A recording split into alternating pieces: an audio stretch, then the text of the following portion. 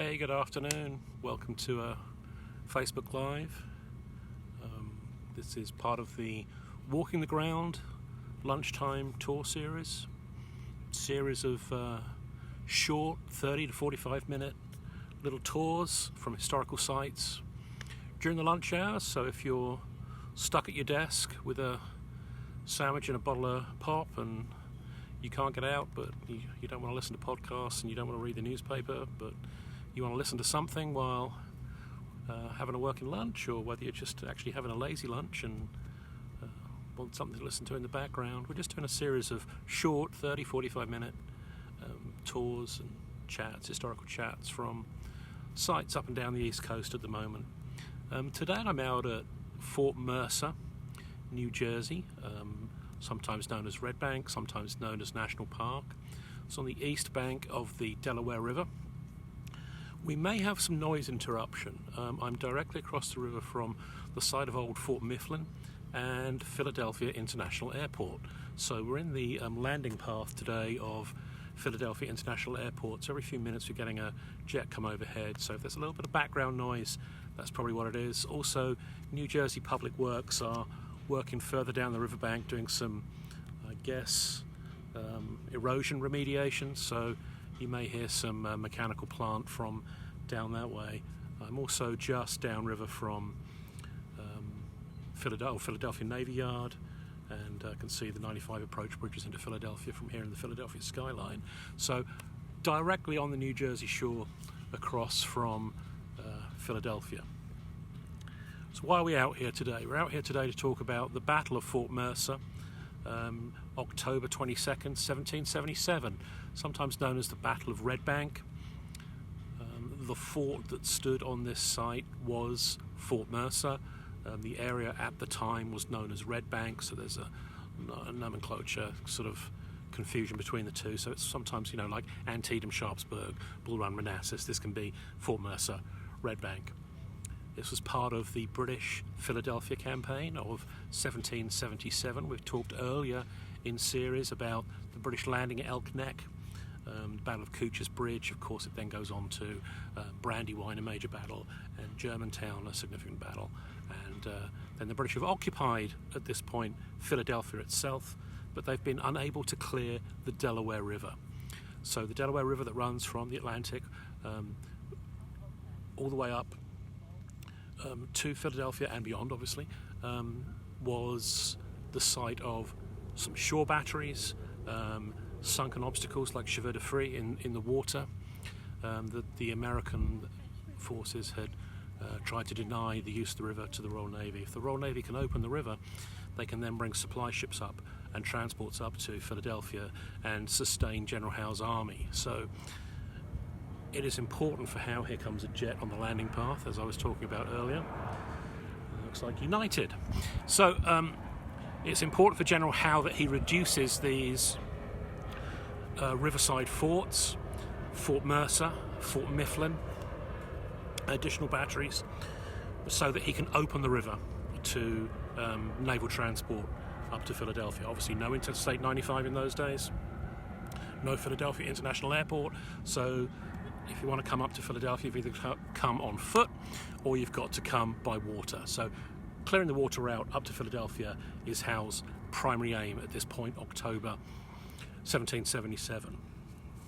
So Fort Mercer, as I said, is on the left bank of the Delaware River, the New Jersey bank of the Delaware River, the eastern bank. The Continental Army built the fort here at the beginning of 1777 from plans drawn up in 76 for the defences of Philadelphia. The fort was designed by Polish engineer, watch me butcher this name, Tadeusz Kościuszko. You know who I mean. I can never pronounce it. It's appalling. I have Lithuanian and Polish heritage in my family, and I can't do the names. So anyway, the fort was designed in 1776, built here in 1777 to command this bank of the Delaware River. There were chevaux de frise, underwater obstacles laid in the river across from us, and then on the other bank is Fort Mifflin. So there's a solid defensive line across the river here. Another jet coming into land. Busy today. So the fort had Simple. That's American Airlines. So the fort had, we're going to be airline spotting all day. The fort had, it was a simple star fort configuration, slightly irregular in shape, but a star fort configuration. Earth bank walls, topped with a wooden palisade. And then, of course, with the excavation for the earth bank had created a defensive ditch around the entire length of the fort. The fort backs onto the river, and then there's a three-sided star fort projecting from the riverbank inland, which is the fort itself. The fort mounted 14 cannon of various caliber. It was designed for garrison. It could hold a garrison of maybe 1,500 troops. That's the size of the fort that it was designed for. It was never held by that many troops. At the time of the battle, at the commencement of the battle, it was only held by about 250 men, so undermanned, but still defensible. That was the 1st Rhode Island Regiment under Colonel Greene. So the dimensions of the fort were approximately, well, not approximately, because we know the dimensions of the fort from the original plan. So it's 320 yards long, so it's 290 metres by, let me check my notes, 50 yards wide, so 46 metres and 50 yards out from the bank, and 320 yards lengthwise along the bank. So quite a large defensive fort.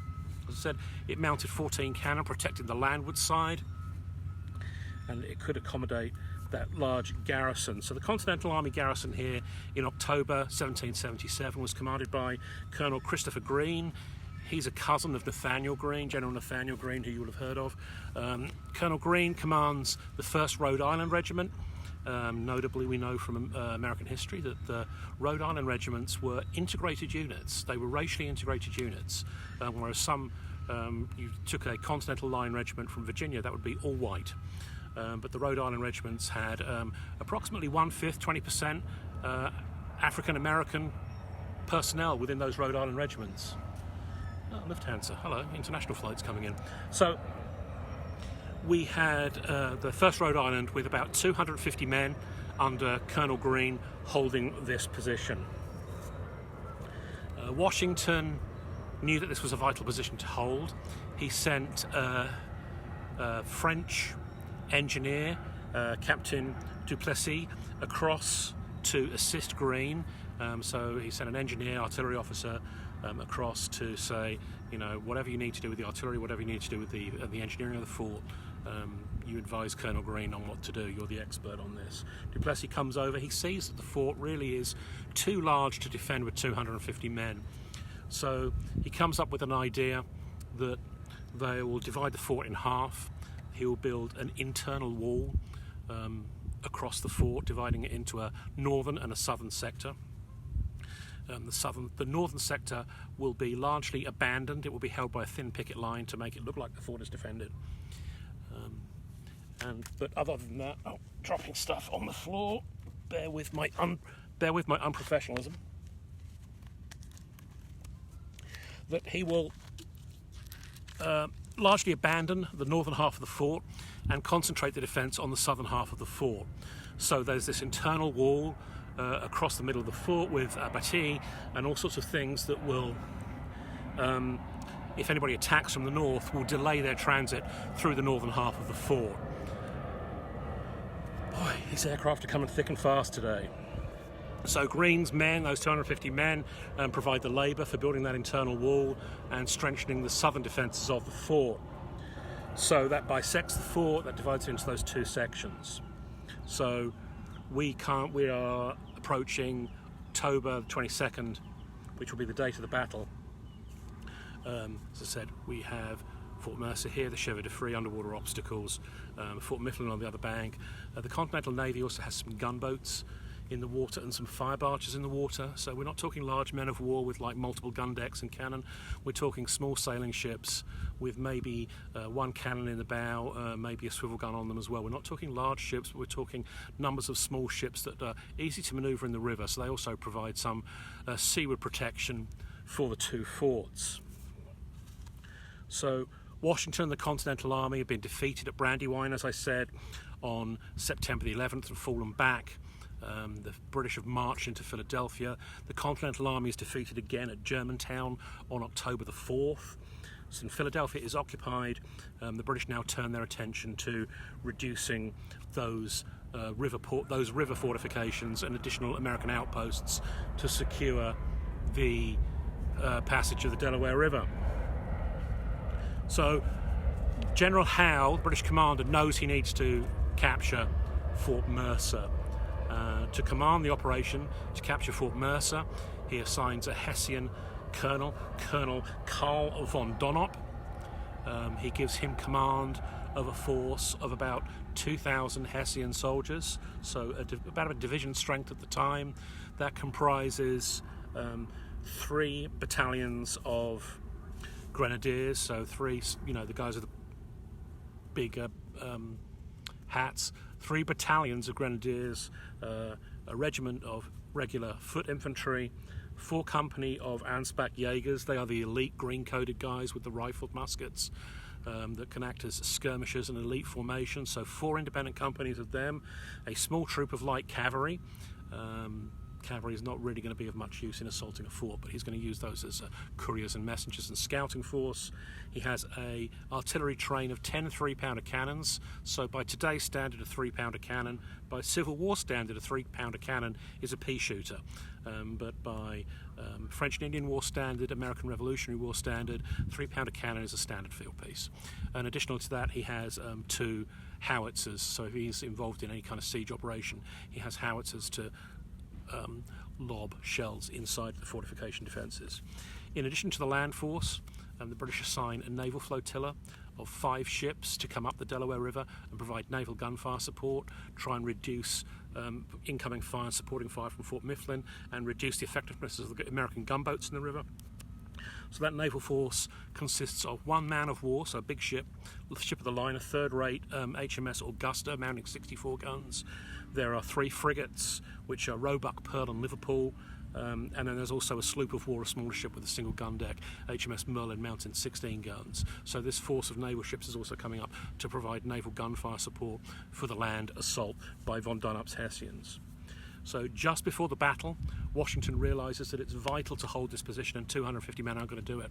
So from Fort Mifflin across the river on rowboats comes an additional reinforcement of men. The 2nd Rhode Island Regiment is moved over from Fort Mifflin to Fort Mercer. So there's now 2 regiments here of Rhode Island troops.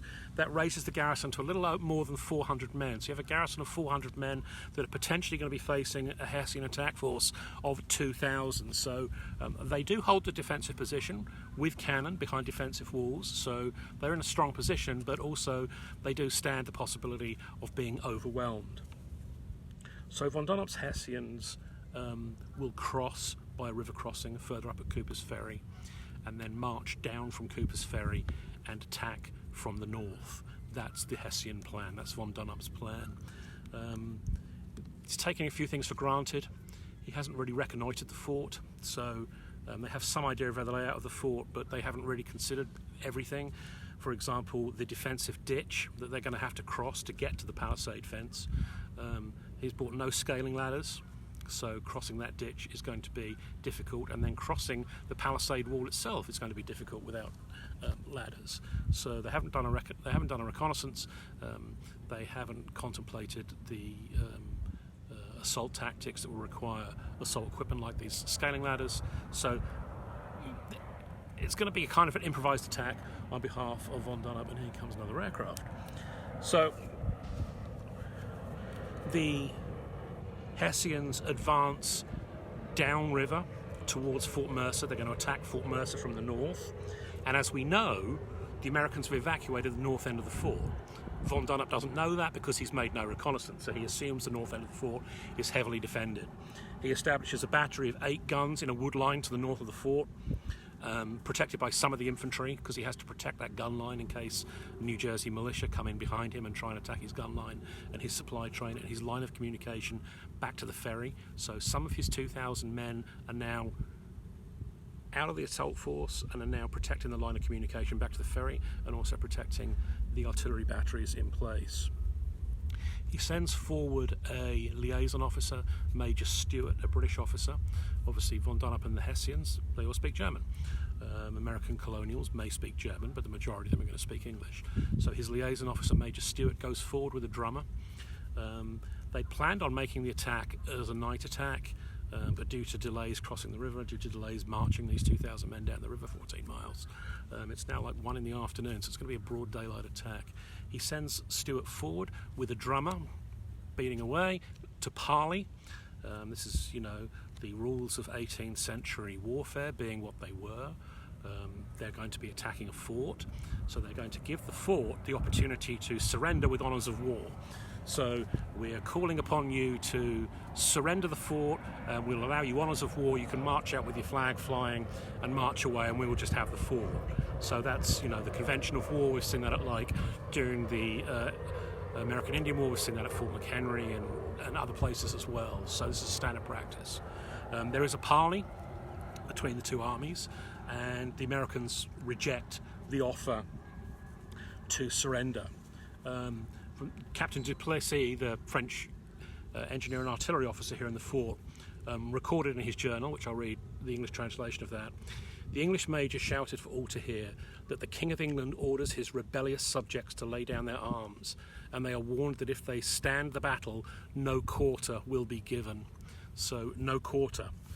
It's like, we've given you the gentlemanly opportunity to surrender the fort and march out with honours of war. If you refuse us, there will be no quarter. We'll raise the black flag. There will be no quarter. We will take no prisoners. We will take no wounded. We'll kill everybody. That's essentially what no quarter means. When the British have offered that, the Americans respond in turn saying, if you give no quarter, we will give no quarter as well. So Colonel Greene's up for this fight. He's not going to be intimidated by these Hessians saying, if we come in, we're going to kill everybody. He'll say, well, come on in and I'll kill all of you. He's up for this fight. He's not at all intimidated, and the Rhode Island troops are not intimidated. So there's no attempt at surprise. The Hessians form two assault columns. One forms to the north. You sit here and watch aircraft all day. One forms to the north and one moves around to the south, and they do not coordinate the attacks. So the attack coming in on the north will come in early, and the attack coming in the south will come in too late for it to be a coordinated attack. Von Donop himself abandons the northern position in his gun line and moves with the southern assault force. So the assault force comprises of approximately 1,200. So as you can see, he's already reduced his force by 800 through guards and picketing and back on the line of communications. So approximately 600 to the north and 600 to the south. So this overwhelming force that could have been 2,000 men attacking at once, or even 1,600 men or 1,200 men attacking from one direction, has now been reduced to an assault force of 600 men against 400 men in an entrenched position attacking a fort in the northern sector. So the odds have now tilted very much in favour of the defence on that attack. So the attack of the northern sector goes in. The Hessians have to make fascines to throw in, so they make bundles of sticks to throw into the ditch so they can cross the ditch, because they have neglected to bring scaling ladders. And they find their way through the palisade into the northern sector of the fort, expecting to fight, and there's nobody there because they've divided the fort in two and the Americans are concentrated in the southern half of the fort. So this Hessian assault force in the north is now caught in the open area, and they advance towards the abattis and the dividing fence down the middle of the fort, which will take them into that southern area, and they are met by a murderous fire of cannon and musketry that's concentrated on the Hessian force in this open area, and it really effectively becomes a slaughter pen for them as they cross that area. They've really walked into a trap, and they take heavy casualties. So some Hessians reach that inner wall. They keep pressing on. Some of them reach that inner wall, but they're unable to cross that inner wall because they lack scaling ladders. And they also now, there are too few of them to press the attack. There's only 600 men come in from that northern area. There's too few men after the casualties and under this withering gunfire to press the attack and cross that wall under gunfire. And so in the north, they begin to fall back and are forced to withdraw under fire. Now, the uncoordinated attack, if it had come at the same time and Von Donop and his second column had attacked from the south at the same time the force was attacking from the north, this would have put the American forces in a quandary because they'd have had to defend both sides at the same time. Von Donop's attack from the south begins later, and so the Americans are able to shift all their attention to this second attack. It doesn't even reach the defensive walls. It reaches the ditch, it's being cut down in the open by musketry, and artillery fire. Von Donop himself is struck in the leg and wounded. He refuses to be carried from the field. He's like a proud, you may say arrogant man, I don't know. Choose your words yourself. So Von Donop is hit in the leg, so he's either demonstrating supreme bravery or supreme stupidity by saying, I will not leave the field while my men are fighting on the field. And so as his attack falters, his men start to break apart. In the way of warfare in that 18th century, if you want to lead an attack and you're a company officer such as a captain or a field officer such as a major, you don't lead your attack from the rear, you lead your attack from out front. You're in front of your men with a sword, encouraging them to go forward. So some of the first people to be casualties are obviously going to be those officers leading from the front. So as the company officers begin to be killed and wounded and are suffering significant casualties, that southern force loses unit cohesion, especially when Von Donop himself is struck down, and so the attack breaks apart on the southern flank and begins to withdraw. They leave the wounded Von Donop on the field. Large numbers of Hessians are actually taken prisoner during this assault. Some of them are actually like cowering underneath the palisade wall. They don't want to withdraw because that means they'll have to go back out into the killing ground again, into the field of fire. So rather than that, they just throw down their arms and crowd underneath the wall, ready to be taken prisoner. So Von Donop is hit. He will die 3 days later up here in one of the private houses up here, where he's taken for medical care, and he will die 3 days later. So Von Donop dies. At the same time as the land attacks are going in, the Royal Navy try and press those 5 ships up the river. That attack goes badly as well. They run into artillery fire from Fort Mifflin on the other bank of the river, on that Philadelphia and Pennsylvania bank. They run into fire from some of the American gunboats. HMS Merlin, the small sloop of war, the 16-gunner, is hit, catches fire, runs aground, and is abandoned. And the ship will burn to the waterline. HMS Augusta, the big 64-gunner, so third-rate man of war, so a decent-sized ship, 64 guns, multiple gun decks. She's hit, she catches fire in the stern. The British trying to turn her around and get her back down the river. She runs aground again, she's on fire. The fires are spreading dangerously. The British begin to evacuate abandoned ship, but the magazines explode and take over 60 of her ship's company with them as casualties. So the British have lost 2 ships. One small ship, which in the grand scheme of things would be insignificant, but they lost a 64-gunner with a huge and visible explosion. And the explosion was so loud it was said to have rattled all of the windows in Philadelphia. So you've got 2 land attacks have failed, and ships exploding in the river. So it's not really a good day for the British. So the Hessian casualties here have been high.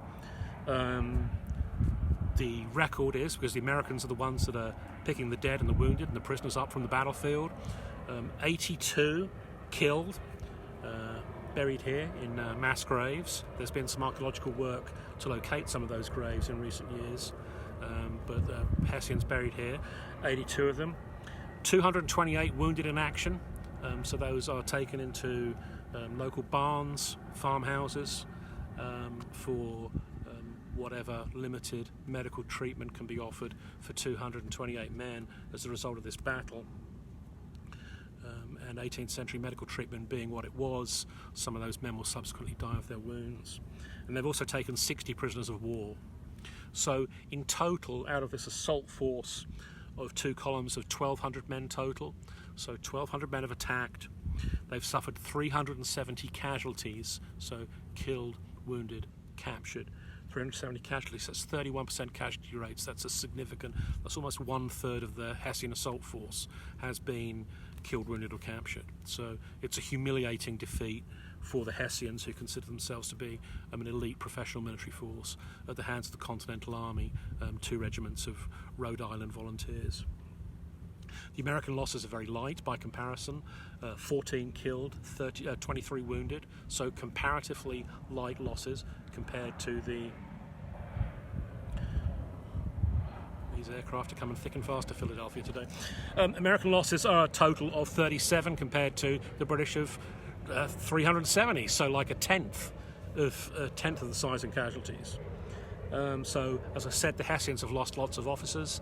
The Hessians are losing unit cohesion, and so they begin a disorganised retreat back up to Cooper's Ferry, the ferry crossing, where they originally crossed from. Greene does not pursue. He knows he has to still hold the fort. It would have been a great idea to have leapt over the palisades and chased the Hessians all the way back, but he knows that there are still more Hessians than there are Rhode Islanders, and that to abandon the fort for a chase and chase them up the river, it would be foolhardy. So he remains in position and holds the fort. That's his job, was to hold the fort, so he remains here in the fort. There are some New Jersey militia in the area.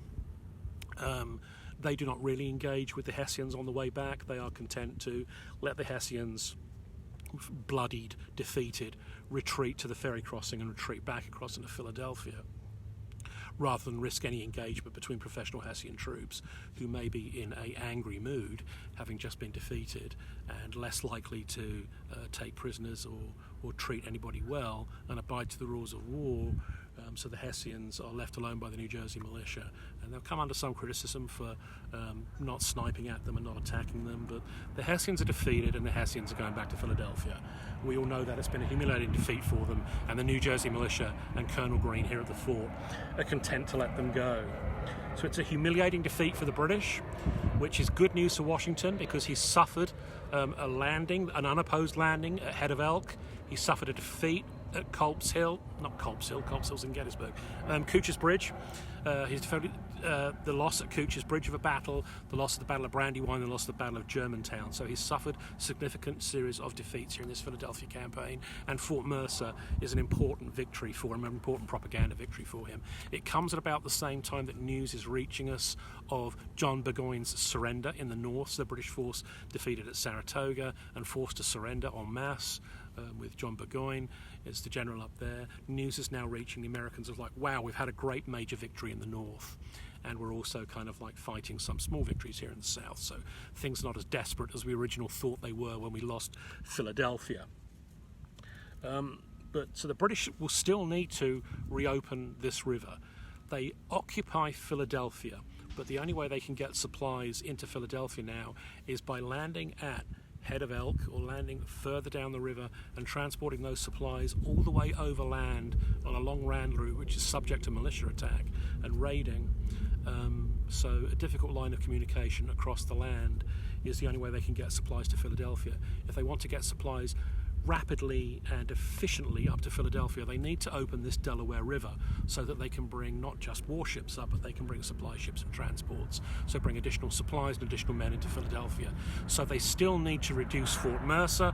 They still need to, she's a big one, that's a UPS cargo aircraft. So they still need to reduce Fort Mercer, they still need to reduce Fort Mifflin, and they no, Eileen, I don't know whether the Hessians were paid more than British troops. British troops were paid very poorly by the standards. An agricultural labourer here in the United States earned approximately twice as much as a British soldier. So British soldiers were very poorly paid, which is why they often took part-time jobs, and they were not on duty, not on guard duty. They'd take labouring or waiting jobs, whatever they can, to earn some additional money. So I don't know what the Hessian rate of pay is, Eileen, and I will look that up for you. So the British need to the British need to reduce Fort Mercer and reduce Fort Mifflin and clear those blockaded chevaux de frise from the river, and also clear the river of these gunboats. They still need to do that.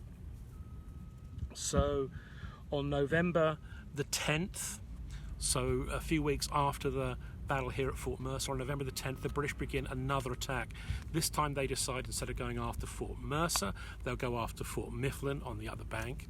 They bring up additional naval ships, so they bring more ships up the river, a larger squadron of ships. They also bring artillery down from Philadelphia itself and place those on Providence Island, a battery of guns on Providence Island, and they bombard Fort Mifflin. They don't make a land attack immediately on Fort Mifflin. They subject it to a 5-day bombardment, constant artillery bombardment of the Fort Mifflin.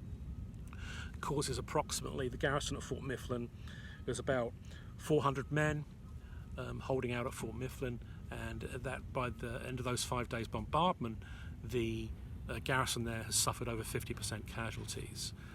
Rather than fall into enemy hands, the survivors of that garrison get into boats and come across the river here to safety at Fort Mercer. So Fort Mifflin has now fallen. Fort Mercer here now, it will be the next target of the British. It won't be another attack by Hessians under Von Donop. It's the November attack here on November do I know what date in November? I don't know what date in November. Oh yeah, November the 20th. So almost a month later. So the original attack by Von Donop was on the 22nd. The British send a British contingent across this time, not Hessians. It's under Lord Cornwallis. It's a division of British troops, 2,000 British troops. They don't land to the north, they land immediately to the south. So they come from Fort Mifflin and land just a few miles to the south at Billingsport.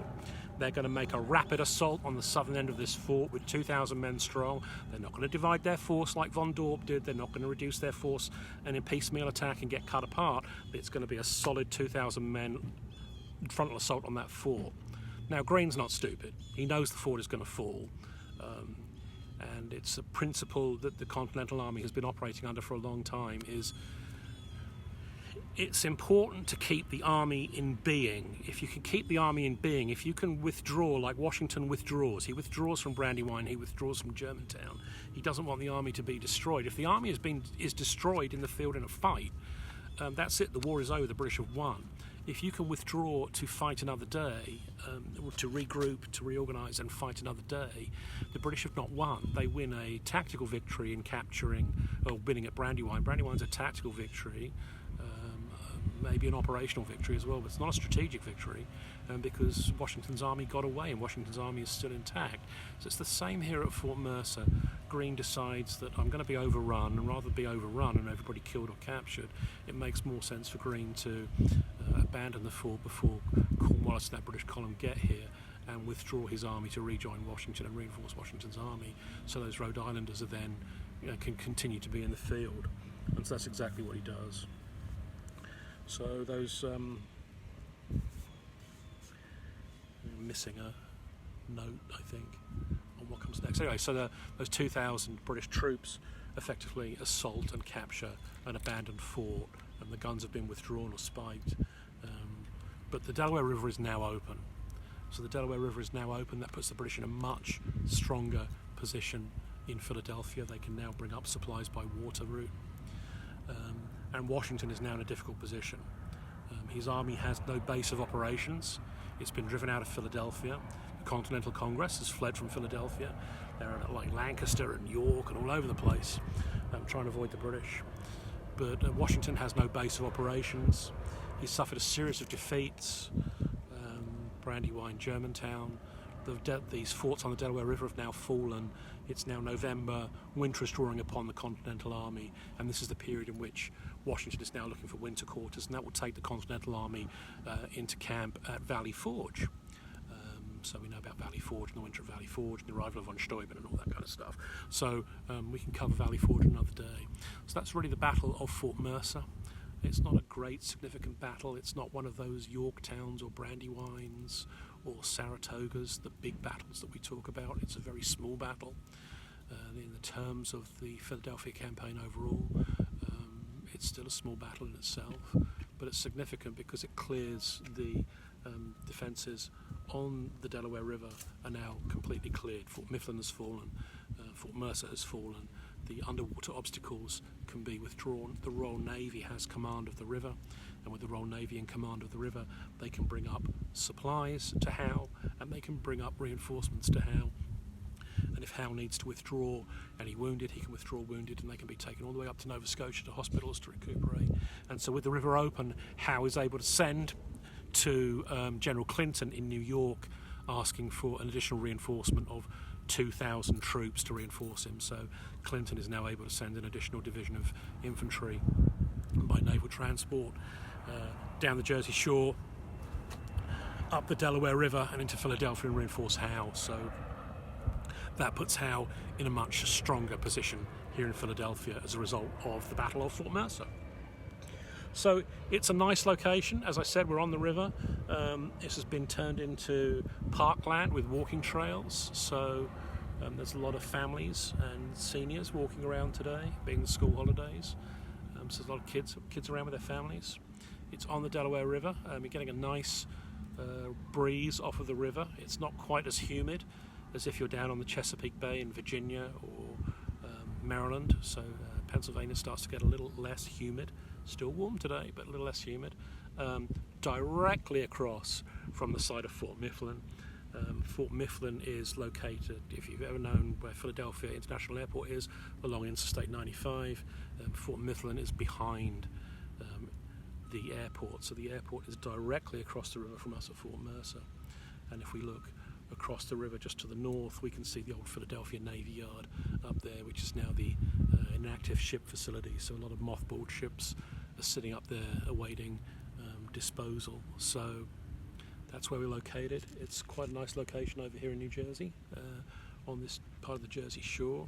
Just further down on the park here, they've actually created an artificial beach. There's a little sand beach down there, so if you want to come with your bucket and spade and build sand castles down on the beach on the Delaware River right across from the airport, you can do that. So thanks for tuning in today. As I said, lunchtime series, short talks from small locations. This one was a bit noisy because we have aircraft coming in all the time. Hello, American Airlines.